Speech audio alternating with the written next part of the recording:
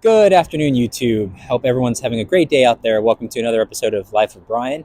I'm with my 2009 Aston Martin Vantage, the baby Aston, if you will. I've had this car for a couple of years and kind of have a love-hate relationship with it. So decided to do another installment of 5 things, and specifically today, guys, 5 things I violently oppose about my car. And with this Aston Martin Vantage, there are a handful of things that really kind of are annoying and inconvenient, and quite frankly, sometimes I just want to bang my head on the wall. So the first thing about this car in particular that really kind of annoys the heck out of me is you can probably hear the car's running right now, and the reason for that is when I went to go and start it up to take it up here to shoot a video, the battery was completely dead. And as I mentioned in my previous introductory video about this car, for some reason there's some sort of parasitic draw going on with the battery in there. And no matter what I do, if I keep it on a charger, I don't keep it on a charger, replace the battery, it doesn't matter. For some reason, that battery just drains and drains. Sometimes it does, sometimes it doesn't. I've had a couple of different shops look into it. No one's been able to kind of figure out exactly what's going on yet. But that's definitely the first thing that I cannot stand about this car, and probably the main reason why I don't drive it and I don't use it more often. I don't know if that's an issue with all of the Aston Martin Vantages, or is it just mine, or am I just the lucky one? But that has been a recurring issue with this car. And again, it's a beautiful car. I love the looks. It's a timeless, classy, elegant design. Interior is beautiful, but this battery is just so annoying. It's constantly dying, constantly draining on me. So that's the first thing that I violently oppose about this vehicle. The second thing that I violently oppose about this car, guys, are the Pigeon Doors. I think is how they're called. They kind of open not just out but also up a little bit, and supposedly that was done to make sure you don't hit a curb, or kind of give you more clearance when you're opening the door. So again, instead of typical just opening straight out, it actually opens out and then a little bit up. You can kind of tell from maybe that angle, it's a little bit at an angle. So I believe it's called Pigeon Doors. But the bad thing about these doors is these struts will inevitably fail. And in fact, when I was setting up setting up this video, I had the both doors like this, and this one slammed shut, so I had to kind of redo it. But I mean, I like that. It's a unique aspect of the car. I mean, obviously, it's not butterfly doors or scissor doors, but the pigeon doors is kind of a unique thing to Aston Martin. But the bad thing is they don't always work, and quite frequently, if you're on any sort of incline, for sure these struts are not going to hold. At least mine don't hold, and they will slam right into your leg or your face.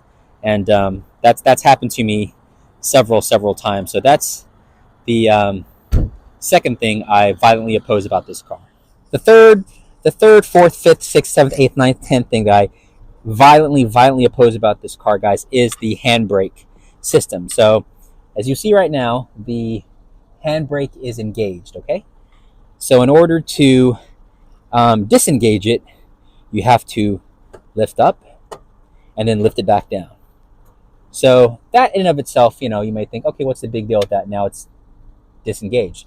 The weird thing is, so when you engage it, you lift up, right? And with every other car, you just leave it like that.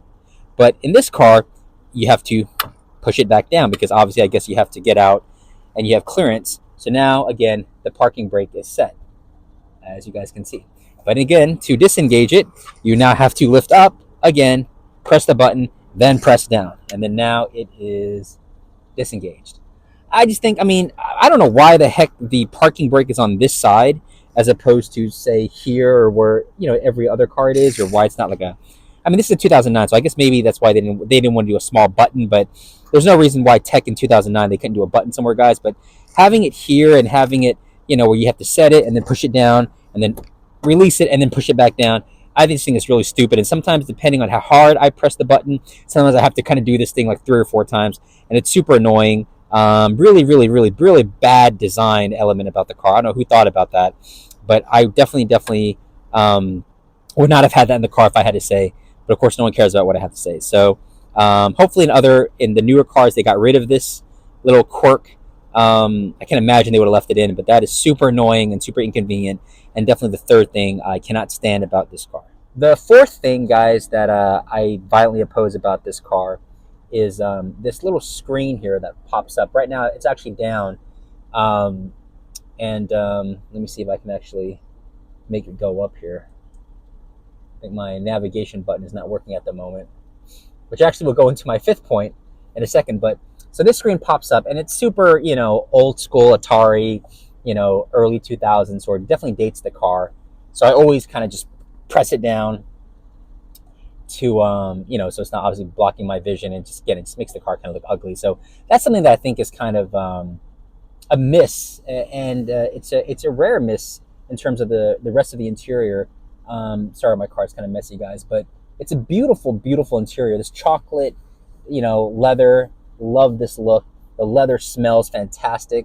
Everything's very nice to the touch. There's no cheap plastics or that kind of black piano thing that kind of just covers in fingerprints and handprints.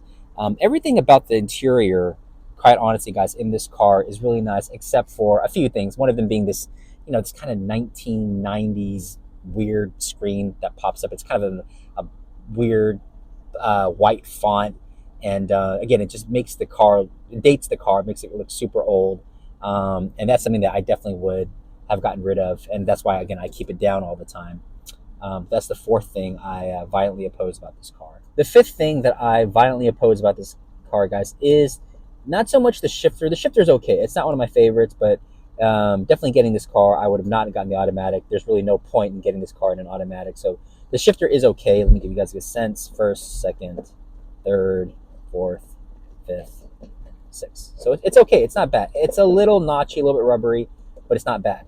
The thing that is kind of weird about it, though, is the placement of the shifter, and it's going to be kind of hard for me to kind of show you this, guys. But so, like, here's your the center whatever armrest console area, and the shifter's here, and you kind of have to dip your arm, your elbow down in kind of a weird, unnatural position to shift the car. This shifter definitely does not fall to the hand like the NSX, like the RX-7, or even, like, I'm not even saying, okay, well, you guys are like, you're like, hey, Brian, well, you're mentioning cars that have amazing shifters. I'm talking just like even my 3000 GT, just cars that are just normal cars, right? And it's just, this shifter is just very oddly placed. It should be, I think it's too low. I think it actually needs to be a little higher, where your arm doesn't have to, because I feel like you're kind of, it's just a weird angle. It's hard to describe, guys, but your elbow kind of has to go down, and you're kind of, it's a little bit of an awkward, unnatural position for your hand to be in. And the fact that your elbow is constantly kind of hitting and resting in this faux cup holder thing that's actually not really a cup holder, it also kind of makes it uncomfortable as well. So again, just a very bad design cue to the car. I'm not really sure why they did it that way. Very similar to that horrible parking brake. But yeah, this shifter just needs to be higher, I think, or this needs to be lower. It's one of the two. It's just because it kind of makes your arm dip, and your elbow has to kind of come down, and it's a weird angle to shift the car, and it's a little bit uncomfortable, actually, if you're driving it for long periods of time. So actually, I don't drive this car that much, so it's not that painful. But again, first world problems, guys. And the fifth thing I violently oppose about this car. So those are the 5 things, guys, that I violently oppose about my 2009 Aston Martin Vantage. Again, there's a lot of things I do like. The interior, the V8, the naturally aspirated V8 sounds amazing. The interior is a very, very nice place to be. Leather still smells amazing. Aston Martins just do interiors very well. But there's definitely a few things, a handful of things that make me kind of question whether or not I want to drive this car. And that another reason why this would never be my daily driver, because in addition to the issues I've already kind of stated, there's other gremlins that kind of pop up from time to time. And I just don't want to deal with that headache of getting a warning light, or quite honestly being stranded, or the gas cap. I didn't even mention that on my list, but in order for me to refill, I have to go into the trunk and do the emergency release, and Yeah, it's just some quality control issues that I've had with it. But overall, it's a good car. I enjoy it. If I were to sell any of my cars, this is probably high up on the list in terms of the first to go, the canary in the gold mine, coal mine, if you will. But for now, it's still in the stable, and I'll drive it as much as I'm able to. But yeah, those are the 5 things I violently oppose about this car. Hope you guys like the content. Please give the video a thumbs up, comment below, like and subscribe, support the channel, and hope to see you guys in the next video. Take care. Bye-bye.